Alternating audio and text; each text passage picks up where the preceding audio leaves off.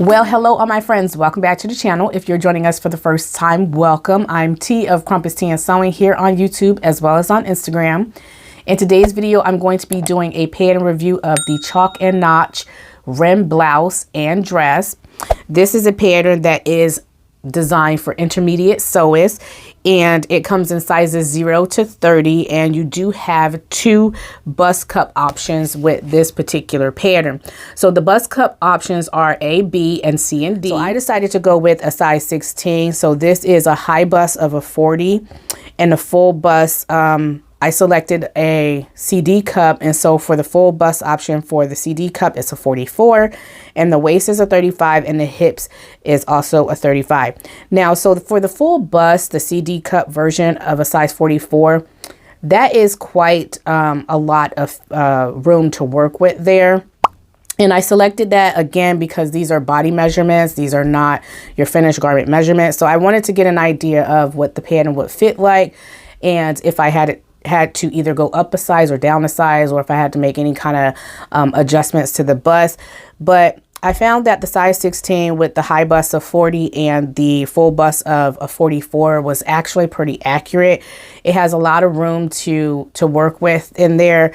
I'm usually, for my finished bust measurements, I'm about a 41. So my actual bust measurements are about a 39 to a 40. So I'm about a 41, 42 for the finished bust measurement. So I found that the 44 was perfect for that.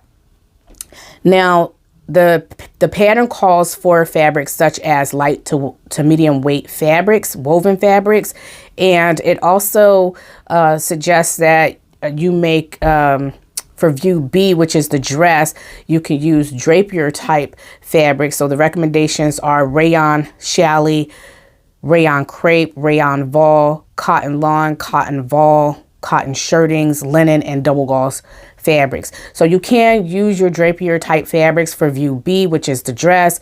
The dress has like this little flounce or this little ruffle that goes on the bottom of the top to make it a dress. And so you can get like that really nice drape with that flounce. So I really like that. So this top and this blouse, or the blouse and the dress, is a button down dress.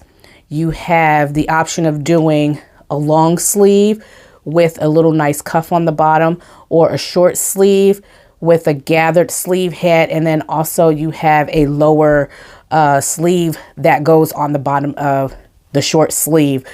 And on that lower sleeve, it has an elastic channel that you're going to create, and you're going to put elastic on the bottom of the sleeve.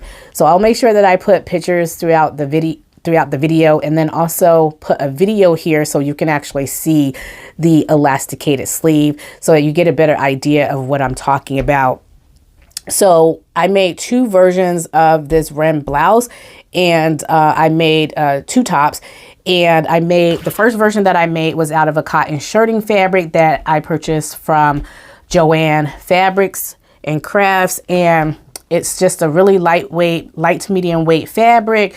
It's nothing like new. It's like a calico fabric. I purchased this, I want to say about almost 2 years ago. The fabric has really small floral prints throughout the fabric on a creamish background, like a cream or ivory type background. And so I really like it because of the small floral prints. It's just really cute. It has different colors throughout the fabric. It has like pink colors, blue, I can't remember all the colors, but it's a really cute shirt and I really love it. So for the buttons, I chose these buttons that were gifted to me by my beautiful friend over on Instagram. She goes by the Mary Maker. Her name's Miranda, and she lives in the UK.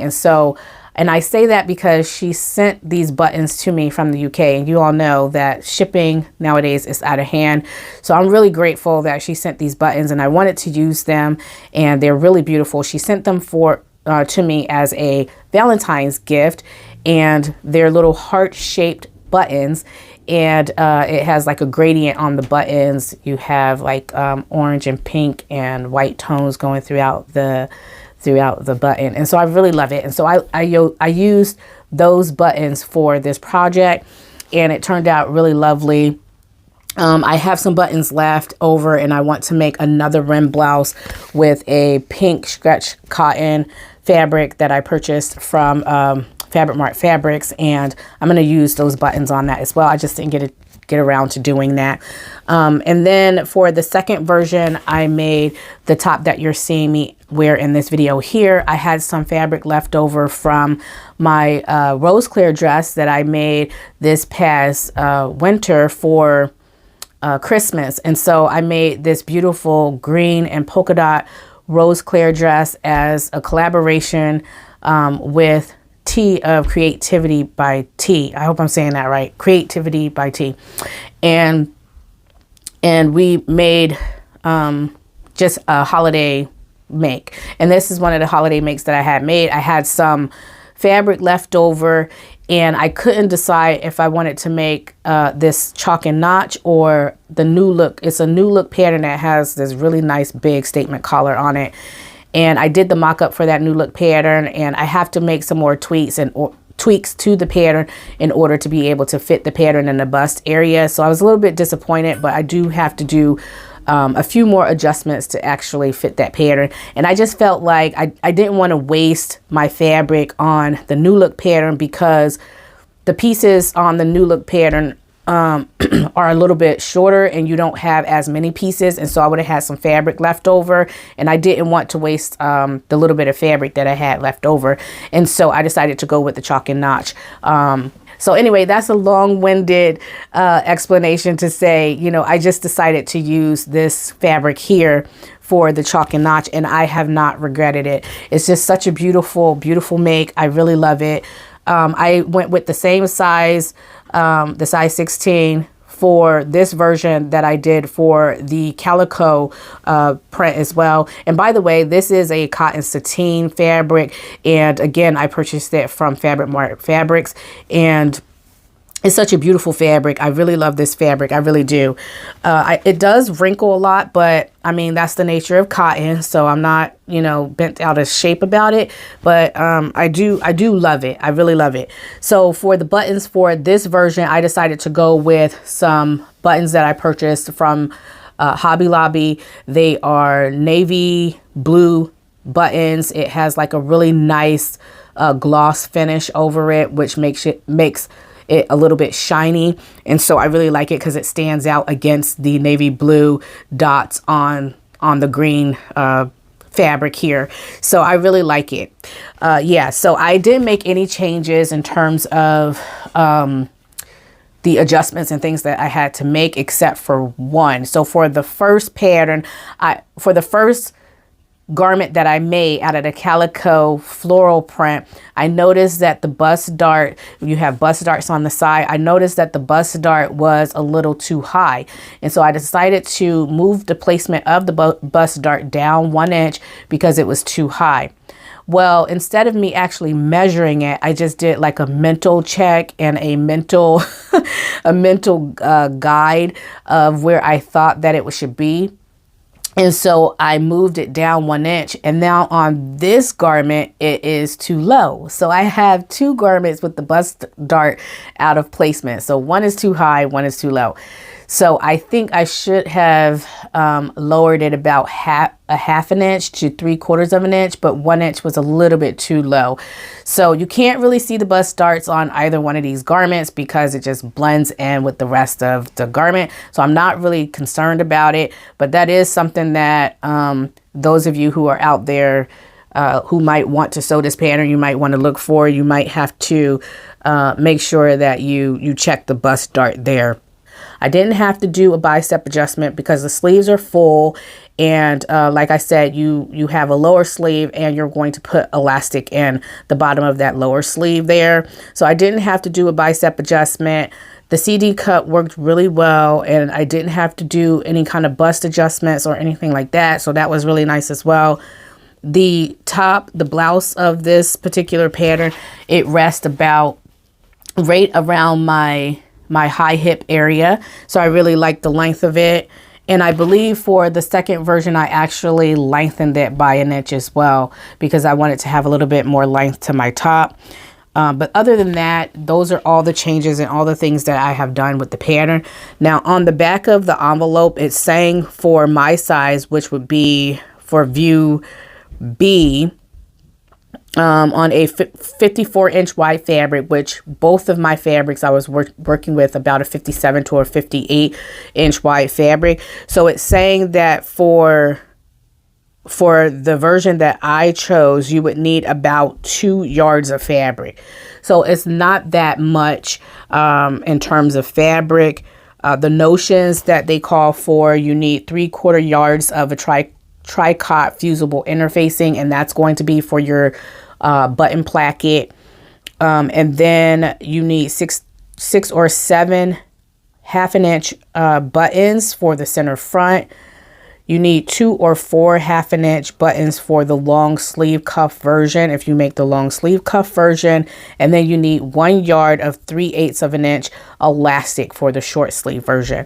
So those are your notions. And I believe I already talked about the suggested fabric choices there. Very great pattern. The only downside for me was that they did not include the finished garment measurements. You also get a booklet with your pattern as well, which I think is very helpful. I'm always very grateful.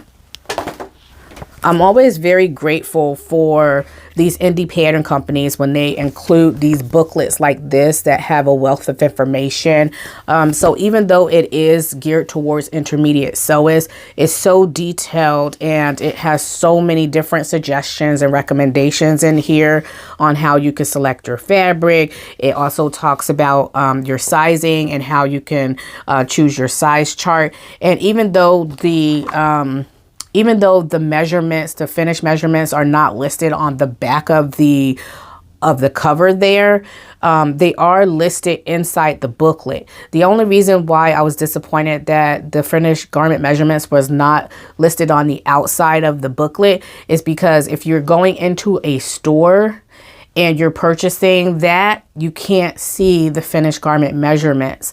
So, but it is within the booklet. You can see the finished garment measurements within the booklet, which is very nice. And then you can get an idea of how much ease you have between the body measurements and the finished garment measurements, which is really great. Again, they have a lot of information inside the booklet, including the recommended fabrics. So they state that again within the booklet, the notions and optional notions as well. It has custom fitting ideas in here of how you can actually do your bust adjustments. If you need a bust adjustment, if you want to lengthen or shorten anything, it gives you information on that. And then it gives you all the information on the different views and things like that, like which pattern pieces you're going to be using for those views. And then it goes into the actual tutorial. So it gives you the sewing tutorial on how to actually put these pieces together. So again, even though it is for an intermediate sewist, I would say that an advanced beginner can definitely make the top version, and even the skirt version if you're ambitious, because it is very detailed and it offers a lot of information in here. And I was very, very impressed by all of the information and things like that this particular pattern guide has, because you don't get a lot of that sometimes, especially for the amount of money that you're spending for some of these indie patterns. But they did a really great job on the instructions, and I'm very, very pleased about that. So yeah, I had fun making both of these tops. I really love them. I highly recommend them. I really do. I especially recommend them to those of us who are in that intermediate stage where you just want to have something really quick to sew up. I feel like this would be a very quick make to sew up if you're intermediate sewist. Once you get your sizes down and once you actually do all your adjustments and your modifications, it's a very quick pattern, and I would say that it would take no more than like an hour to put together. Excuse me. I would say it would take no more than an hour to put together. It's very quick, very easy, goes together really well. So anyway, you all let me know in the comment section below if you like these tops, and if you have sewn the chalk and notch Wren blouse and dress, please let me know what your experience was like, if you had fun making it, or if there were drawbacks for you, what kind of drawbacks there were. And yeah, just tell us all your experience.